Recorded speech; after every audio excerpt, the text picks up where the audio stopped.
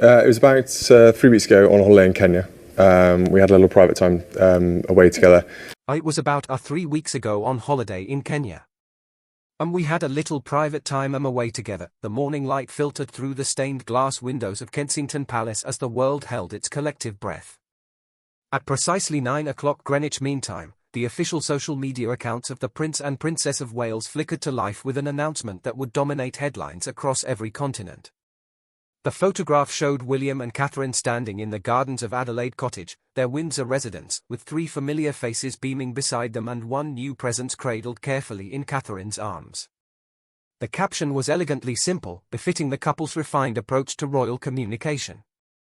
It read, "We are delighted to introduce the newest member of our family. Prince George, Princess Charlotte, and Prince Louis are thrilled to welcome their sister, Princess Eleanor Mary Diana. Mother and baby are both doing wonderfully well. Eleanor." The name rolled across newsrooms and living rooms with the weight of history and the promise of the future.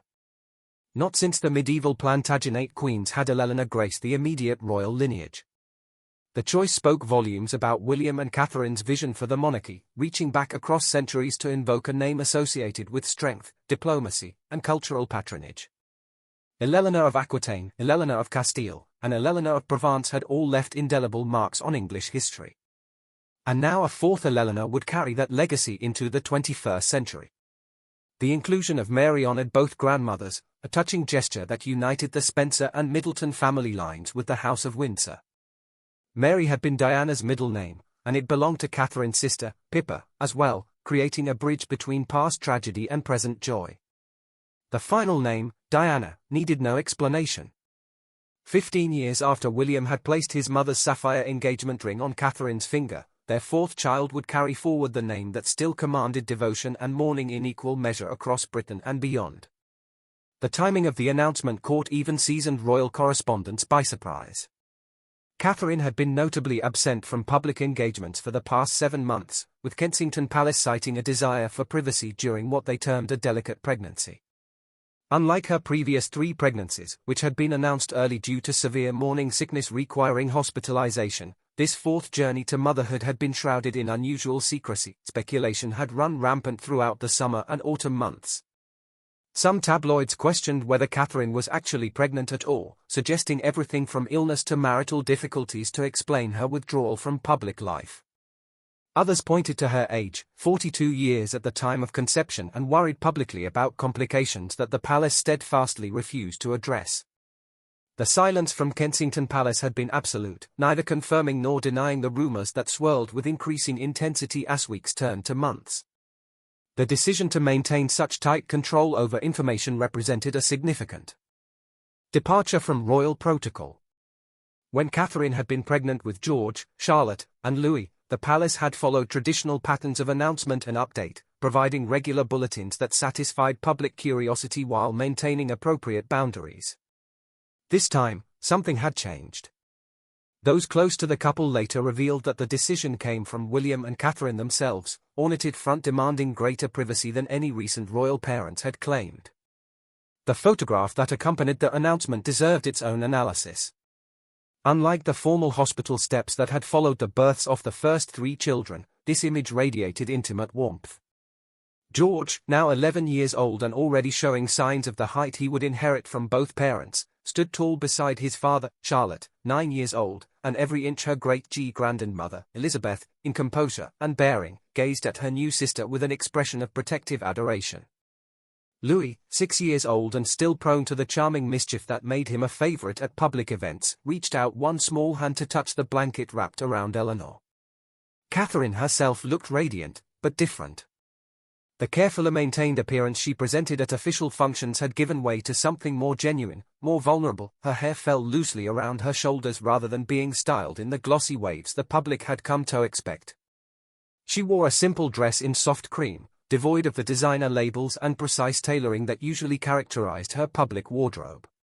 This was Catherine as her family knew her, and the deliberate choice to present this version rather than the polished princess spoke to the emotional significance of the moment. William stood slightly behind his wife, one hand resting on George's shoulder, the other touching Catherine's back in a gesture of support that transcended mere posture. His expression combined pride with something else, something harder to define. Relief, perhaps, gratitude, the look of a man who had weathered a storm and emerged to find sunshine on the other side. The palace had coordinated the announcement with military precision. Within minutes of the social media post, official statements were released to news agencies worldwide. The Prime Minister offered congratulations on behalf of the nation. The Archbishop of Canterbury announced that prayers of thanksgiving would be offered at services throughout the Church of England. Commonwealth leaders sent messages of celebration that reflected genuine affection for a couple who had worked tirelessly to modernize the monarchy while respecting its traditions. Yet beneath the carefully orchestrated celebration, questions lingered. Why had this pregnancy been kept so secret?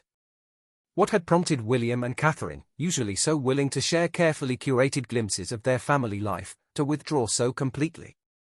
And what did the choice of Eleanor, a name unused in the immediate royal family for over 7 centuries, signal about their intentions for the future? The hidden months. To understand the extraordinary secrecy surrounding Eleanor's impending arrival, one must look back to a cold January morning when Catherine first confided in William that she suspected another pregnancy. They had been married for 13 years, parents for 10, and had long ago indicated that their family was complete with 3 children. Lewis's birth in 2018 had been followed by public statements suggesting that the Wales family had reached its intended size. The discovery that Catherine was pregnant again at 41 years old brought a cascade of complex emotions, joy mixed with apprehension. Both William and Catherine were acutely aware of the increased risks associated with pregnancies in the early 40s, particularly 4th pregnancies. Catherine's previous experiences with hyperemesis gravidarum, the severe morning sickness that had required hospitalization during her first 3 pregnancies, added another layer of concern. The decision to keep the pregnancy private came after a series of intense discussions that involved not just William and Catherine, but also their senior advisors and medical team. Dr. Sarah Mitchell, the consultant obstetrician who had overseen Catherine's previous pregnancies, recommended an approach that prioritized Catherine's health above all other considerations, including public relations and traditional protocols. What the public did not know, and what the palace worked diligently to conceal, was that the pregnancy had been complicated from its earliest weeks. Catherine experienced spotting in the first trimester that, while not uncommon, raised concerns given her age and medical history. She was placed on modified bed rest, a restriction that made public appearances impossible to maintain without revealing her condition. The choice was simple. Announce the pregnancy early along with its complications, or maintain silence and manage the situation privately. William advocated fiercely for the latter option. He had witnessed his mother's relationship with the PR. Understood how even well-intentioned public interest could become invasive and harmful. He remembered Diana's bulimia being discussed in newspapers, her every mood swing analyzed, her body scrutinized with each pregnancy. He was determined that Catherine would not endure similar treatment, particularly during a pregnancy that carried genuine medical concerns. The logistics of maintaining such secrecy in the modern age proved extraordinarily challenging. Catherine's regular appearances at school events with George, Charlotte, and Louis had to be carefully managed. The children were brought to Adelaide Cottage rather than Catherine attending events at Lambrook School. Public engagements were cancelled with vague references to scheduling conflicts or private family matters. The Prince and Princess's joint appearances became notably rare, with William often appearing alone at events that would typically have included both of them. The British press, usually voracious for royal stories, found themselves managing a delicate balance. Several editors received off-the-record briefings from palace communication staff, not confirming the pregnancy, but making clear that Catherine's privacy was paramount and that any intrusive coverage would have lasting consequences for media access. It was an unusual arrangement that reflected both the seriousness of the situation and the respect that William and Catherine had cultivated with certain media outlets over years of careful relationship building. Behind palace walls, preparations proceeded in absolute secrecy. The nursery at Adelaide Cottage was renovated by a small team of trusted craftspeople who signed comprehensive non-disclosure agreements. Baby clothes and equipment were ordered through intermediaries to prevent retail leaks. Even close friends and extended family members were kept in the dark for months, with William and Catherine choosing to share the news only with those whose support would be essential. King Charles and Queen Camilla were among the first to know. Informed during a private lunch at Highgrove in February, Charles's reaction reportedly combined delight at the prospect of another grandchild with concern for Catherine's well-being. He had watched his daughter-in-law navigate the pressures of royal life with grace and determination, and he understood perhaps better than most the toll that pregnancy under public scrutiny could exact. He immediately offered his full support for whatever approach William and Catherine deemed necessary. Princess Anne, informed shortly after, proved to be an unexpected source of practical advice. As someone who had raised her own children with notably more privacy than Charles had managed with William and Harry, and understood the value of creating boundaries between public duty and private family life, she encouraged William to hold firm on the decision to maintain secrecy regardless of media pressure or public speculation. The late Queen Elizabeth had known about the pregnancy before her death in September of 2022, a fact that added poignancy to Eleanor's eventual arrival. Catherine had confided in her during one of their regular private teas, seeking advice from a woman who had navigated 4 pregnancies while serving as queen. Elizabeth's counsel had been characteristically practical. Trust your instincts, protect your health, and remember that the monarchy had survived far greater challenges than a private pregnancy. As summer gave way to autumn, Catherine's condition remained stable but required ongoing monitoring. She developed gestational diabetes, a common complication in older pregnancies that necessitated careful dietary management and regular blood sugar testing. The condition remained unknown to everyone outside the immediate medical team and family. Another secret piled atop secrets. William found himself living a double life during those months. In public, he maintained the cheerful composure expected of the heir to the throne, attending engagements, delivering speeches, and representing the king at various functions. In private, he was a husband managing anxiety about his wife's health and a father trying to help 3 young children understand why their mother's routine had changed so dramatically. George, old enough to grasp the situation's seriousness, took on an unexpected maturity. He helped with his younger siblings, ran small errands around Adelaide Cottage, and provided his parents with emotional support that seemed far beyond his years. Charlotte channeled her energy into preparing for the new baby, drawing pictures and writing stories about being a big sister again. Louis, struggling to understand why life had suddenly become so constrained, acted out in ways that required patience and gentle discipline. The family bubble that formed during those months created bonds that would shape Eleanor's entry into their lives.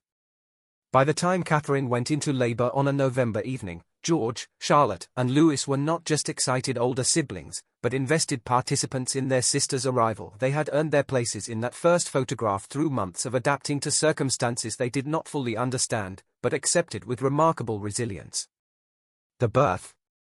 The contractions began at Adelaide Cottage just after 7 in the evening, a timing that allowed for careful coordination without the chaos that might have accompanied a daytime emergency.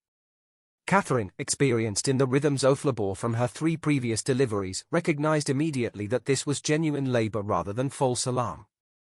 She informed William calmly, and he set in motion the carefully prepared plan that would ensure both medical safety and continued secrecy. Dr. Mitchell arrived within 30 minutes, accompanied by a small team that included a pediatric specialist and an anesthesiologist. The decision had been made weeks earlier that Catherine would deliver at home if possible, avoiding the media circus that inevitably surrounded royal births at hospitals. The Linda wing of St. Mary's Hospital, where George, Charlotte, and Louis had all been born, would not witness Eleanor's arrival.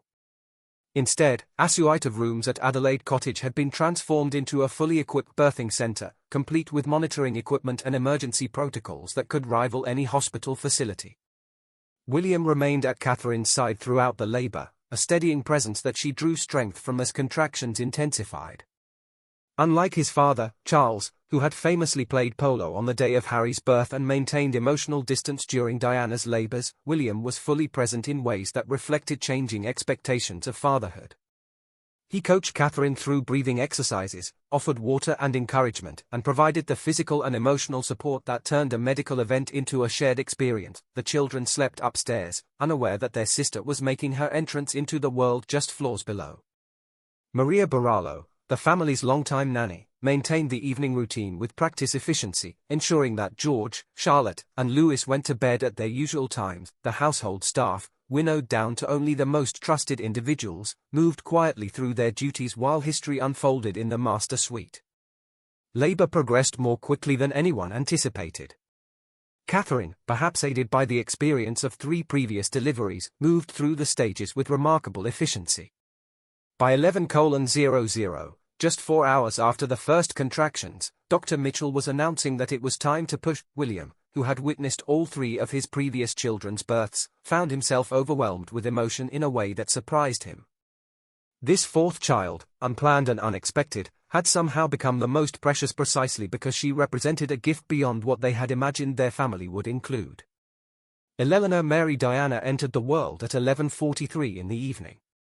Her arrival marked not by fanfare, but by the quiet celebration of a family welcoming its newest member. She weighed 7 pounds and 2 ounces, a healthy size that reflected Catherine's careful management of her gestational diabetes. Her first cries filled the room with a sound that William would later describe as the most beautiful noise he had ever heard. Catherine held her daughter against her chest, tears streaming down her face as she examined tiny fingers and toes, the shock of dark hair, the scrunched face that all newborns wear. William wrapped his arms around both of them, forming a protective circle that enclosed this new life they had created. Dr. Mitchell and her team worked efficiently to complete post-delivery procedures, but the medical aspects faded into background noise against the profound moment of connection happening between parents and child. The decision about what to tell the children had been debated extensively during the pregnancy. Ultimately, William and Catherine chose honesty appropriate to each child's age. George had known for months that his mother was pregnant and that the baby could arrive any day. Charlotte had been told a few weeks before Eleanor's birth, given enough time to process the information, but not so much that maintaining secrecy became burdensome. Louis had been informed just days earlier, his 6-year-old capacity for keeping secrets being somewhat limited. At 6 o'clock the following morning, Maria gently woke the 3 siblings and told them that their sister had arrived during the night. The response was everything William and Catherine had hoped for. George asked immediately if he could see the baby. Charlotte wanted to know if their mother was all right. Louis, ever practical, wondered what they should call her since they had been referring to the baby as the new one for weeks. The family's first meeting happened in Catherine's room with all 5 of them gathered on the large bed that had become headquarters for this new phase of their lives. George held Eleanor with surprising competence, his long arms cradling her carefully while he studied her face with serious concentration. Charlotte sang softly, a lullaby she had been practicing for weeks in anticipation of this moment. Louis peered at his sister with a mixture of curiosity and skepticism. Not entirely convinced that something so small could be as interesting as everyone seemed to think, William captured photographs that would never be released publicly. Images meant only for family albums and private memory. These showed the unguarded joy of siblings meeting, the exhaustion and elation on Catherine's face, the quiet pride in William's expression. These were the moments that mattered more than any official portrait or press release, the authentic reality of a family expanding and adjusting to accommodate new love. The decision about when to announce Eleanor's birth involved calculations that balanced multiple considerations. Legally, royal births must be registered like any other, creating a paper trail that determined how long secrecy could be maintained. Practically, staff and security personnel who had been involved in the birth represented potential sources of leaks. Emotionally, William and Catherine wanted time to bond with Eleanor before sharing her with the world. But they also recognized that delaying too long would create its own of the Middle Ages. Her story combined political acumen, cultural patronage, and personal resilience in ways that resonated with Catherine's own experience of navigating royal life. Eleanor of Aquitaine had been mother to 2 kings, Richard the Lionheart and John, and her influence on medieval European politics remained legendary nearly 9 centuries after her demise. Eleanor's commitment to the arts particularly appealed to William and Catherine, both of whom had made cultural patronage central to their royal work. She had supported troubadours and poets, helped establish the courts of love that shaped medieval literature, and maintained her intellectual engagement well into her 80s. For a couple who had championed causes ranging from mental health to environmental conservation to early childhood development, choosing a name associated with such breadth of interest seemed fitting. Eleanor of Castile offered another powerful historical precedent. Wife of Edward I. She had accompanied her husband on crusade, an unusual choice for a queen consort in the 13th century. When she died in 1290, Edward's grief led him to commission the famous Eleanor crosses, elaborate stone monuments erected at each place her funeral course stopped on its journey from Nottinghamshire to Westminster Abbey. The crosses stood as testaments to enduring love and respect, qualities that William and Catherine hoped would characterize their own marriage and family. The inclusion of Mary as the second name carried layered significance that extended beyond simply honoring grandmothers. Mary had been Diana's middle name, but it also belonged to multiple queens in British history, including Mary I and Mary II. The name connected Eleanor to both the Spencer and Middleton families while maintaining ties to royal tradition. For Catherine, whose sister Pippa bore Mary as a middle name, this choice created a link between her birth family and her royal family that pleased her mother Carol enormously. Diana, as the third name, required no explanation, but carried emotional weight that could not be overstated. William had been just 15 years old when his mother died in that Paris tunnel, and the trauma of that loss had shaped every aspect of his adult life. His choice to give Diana's engagement ring to Catherine, to name their daughter Charlotte Elizabeth Diana, and now to include Diana in Eleanor's name as well, demonstrated his determination to keep his mother's memory alive for his children. The decision to make Diana the third rather than second name came after considerable discussion. William initially suggested Eleanor Diana Mary, arguing that his mother deserved prominence in his daughter's name. Catherine gently countered that Mary as the middle position created better flow and balance while still honoring Diana meaningfully. The compromise they reached satisfied both their desires to respect the past while creating something new. King Charles's reaction to the names revealed unexpected emotion. When William called his father to share the decision, Charles reportedly paused for a long moment before responding.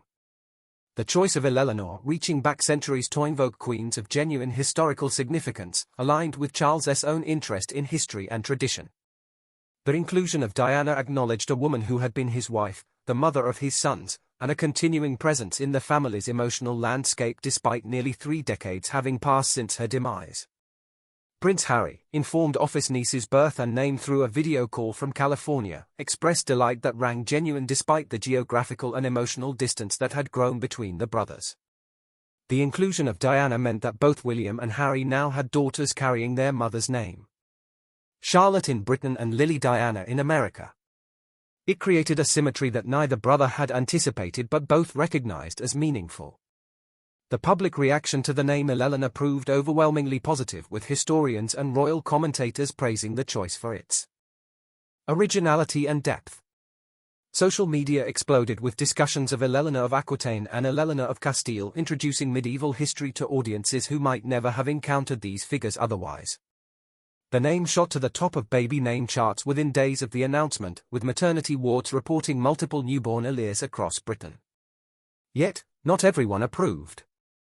Some traditionalists argued that William and Catherine should have chosen a name with more recent royal precedent, perhaps Elizabeth or Victoria or Alexandra. Others suggested that Eleanor, despite its historical pedigree, sounded too medieval for a 21st century princess.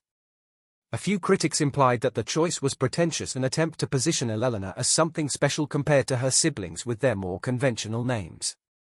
William and Catherine remained unbothered by such criticism. They had made the choice for private reasons that mattered to them, and the public's response, while gratifying when positive, would not alter their certainty that Eleanor was the right name for their daughter. In private conversations with friends, Catherine noted that Eleanor would have the freedom to be herself, precisely because the name carried no recent royal baggage, no immediate comparisons to beloved grandmothers or great-grandmothers whose legacies might prove constraining. The initials Emid Eleanor, Mary, Diana were noted by several observers to spell no particular word or acronym, avoiding the clever patterns that some parents sought. This randomness felt appropriate for a fourth child whose arrival had been unplanned, whose presence in the family represented a gift rather than a strategy. The future unfolds. The weeks following Eleanor's birth and the announcement of her name settled into a rhythm that balanced public interest with family privacy. William returned to official duties after taking 2 weeks of paternity leave, a luxury his father's generation would never have considered, but which modern royal fathers embraced without apology. Catherine remained at Adelaide Cottage, recovering from delivery and adjusting to life with 4 children under 11. The decision about Eleanor's title had been made even before her birth. Unlike some European monarchies where only the monarch children received royal titles, British tradition extended the style of Royal Highness and the titles of Prince or Princess to grandchildren of the sovereign through the male line. Eleanor, as the daughter of the Prince of Wales and granddaughter of King Charles III, was entitled to be styled Her Royal Highness, Princess Eleanor of Wales from birth. This automatic status differed from the situation Prince Harry's children had faced. Archie and Lilat had been born as great-grandchildren of the sovereign during Elizabeth's reign, meaning they were not automatically entitled to royal titles. Only after Charles became king did they technically qualify for prince and princess styles, though the decision about whether to actually use those titles had become entangled in the broader tensions between Harry and the rest of the royal family. For Eleanor, no such complications existed. She would grow up as a princess, though William and Catherine were determined that the title would not define her existence. They had learned from watching George navigate the weight of being second in line to the throne, from seeing Charlotte and Louis develop their own identities despite royal constraints. Eleanor would be fourth in line initially, though she would move down as George eventually had children of his own. Her position in the succession meant she would likely never reign, a freedom that paradoxically might allow her more genuine liberty than her older brothers would ever experience. The christening was planned for early spring, giving Catherine time to recover fully and allowing the family to adjust to its new configuration before hosting the formal religious ceremony. The choice of godparents became a subject of intense speculation, with bookmakers offering odds on everyone from Prince Harry to Catherine's siblings James and Pippa to various aristocratic friends of the couple. William and Catherine remained silent on the matter, enjoying the privacy that came with not being required to announce such decisions until the christening itself. Eleanor's arrival prompted reflections on the changing nature of the royal family and the monarchy's future. With 4 children, William and Catherine had created a family unit that felt more substantial and less fragile than the narrow line of succession that had characterized previous generations. George would one day be king, but Charlotte, Louis, and Eleanor would form a supporting cast that could share the burdens of royal duty in ways that prevented any single individual from being overwhelmed. The gender dynamics within this sibling group also attracted comment. Charlotte, as the elder daughter, would grow up as a senior royal princess, likely taking on significant responsibilities as an adult. Eleanor, as the younger daughter, might have more freedom to forge her own path. The age gap between them, 9 years, meant they would not be direct competitors or companions in the way that George and Louis might be. Instead, Charlotte could serve as mentor and guide to Eleanor, creating a bond between sisters that transcended the usual sibling relationships. Catherine's experience as a mother of 4 would inevitably influence how she approached her royal duties going forward. The intense privacy she had demanded during the pregnancy suggested a woman who had learned to set boundaries and enforce them even when doing so contradicted royal tradition and public expectation. Future palace watchers would need to recalibrate their understanding of Catherine, recognizing that the compliant traditional Princess of Wales they thought they knew had evolved into someone more complex and self-assured. For William, Eleanor's arrival represented vindication of choices he had made about family life, despite pressure to conform to patterns established by previous generations. He had insisted on being present for all 4 of his children's births, had taken paternity leave, had prioritized family dinners and school routines over some royal engagements. The fact that he and Catherine now had 4 thriving children suggested that this more modern approach to royal parenting could coexist with fulfilling the duties required of future monarchs. King Charles watched his son's family grow with emotions that mixed joy with envy. He had not been present for William's birth, had maintained emotional distance during William and Harry's childhood in ways he now regretted. Seeing William actively engaged in fatherhood, watching George, Charlotte, Louis, and now Eleanor flourish in an environment of warmth and presence reminded Charles of opportunities he had missed and could never reclaim. Yet he also felt pride that his son had learned from his failures and had chosen a different path that honored both royal duty and family commitment. The public's response to Eleanor evolved from initial excitement to genuine affection. As photographs and carefully released information painted a picture of a contented baby integrating smoothly into a loving family. The image of George holding his sister with such careful attention became iconic, shared millions of times across social media platforms. Charlotte's reported devotion to helping care for Eleanor sparked conversations about the special bonds between sisters. Even Louis's initial skepticism, mentioned in a television interview William gave to mark Eleanor's 1-month milestone, endeared the family to audiences who recognized the reality of sibling adjustment. As winter gave way to early spring and Eleanor approached her 4th month of life, speculation began about when the public might see more of her.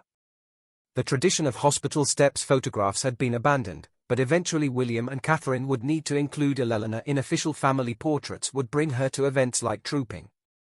The color would allow her to become a visible presence in the way her siblings had. The timing and nature of these appearances would send signals about how the couple intended to balance Eleanor's right to privacy with the public's legitimate interest in a fourth in line to the throne. The name Eleanor Mary Diana would follow this child throughout her life, carrying the weight of history and expectation while hopefully allowing space for her to become her own person. Medieval queens and beloved grandmothers had shaped the choice. But ultimately, Eleanor would define the name rather than being defined by it. She would grow up in a family that understood both the privileges and pressures of royal life, guided by parents who had worked consciously to create something healthier and more sustainable than previous generations had managed. In the private moments between public appearances, in the laughter echoing through Adelaide Cottage, in the ordinary routines of bedtime stories and family dinners, Eleanor finds her place. The crown's future brightens with each new generation that learns to balance duty with love. Subscribe to follow the continuing story of Britain's evolving royal family as Eleanor grows into her name and her destiny.